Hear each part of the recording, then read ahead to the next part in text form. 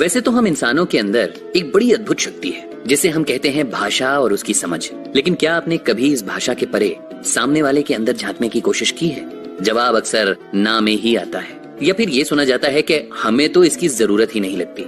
पर सच तो ये है कि अगर हम अपने अलावा आसपास के माहौल, उसमें रह रहे लोगों की सच्चाई जानना चाहते हैं, उनके मन में चल रही बातों को जान पाते हैं, तो इससे बहुत सारी कठिनाइयां दूर हो सकती हैं।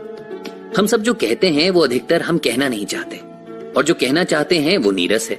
इस बात को एक कहानी से समझने की कोशिश करते हैं, जिसके नायक का नाम है मिल्टन एरिक्सन।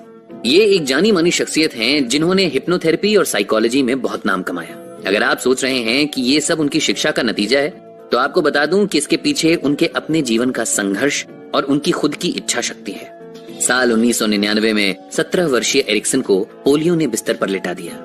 खेलने कूदने की उम्र में एक ऐसी बीमारी होना किसी के लिए भी सबसे बड़ी निराशा की बात होती है।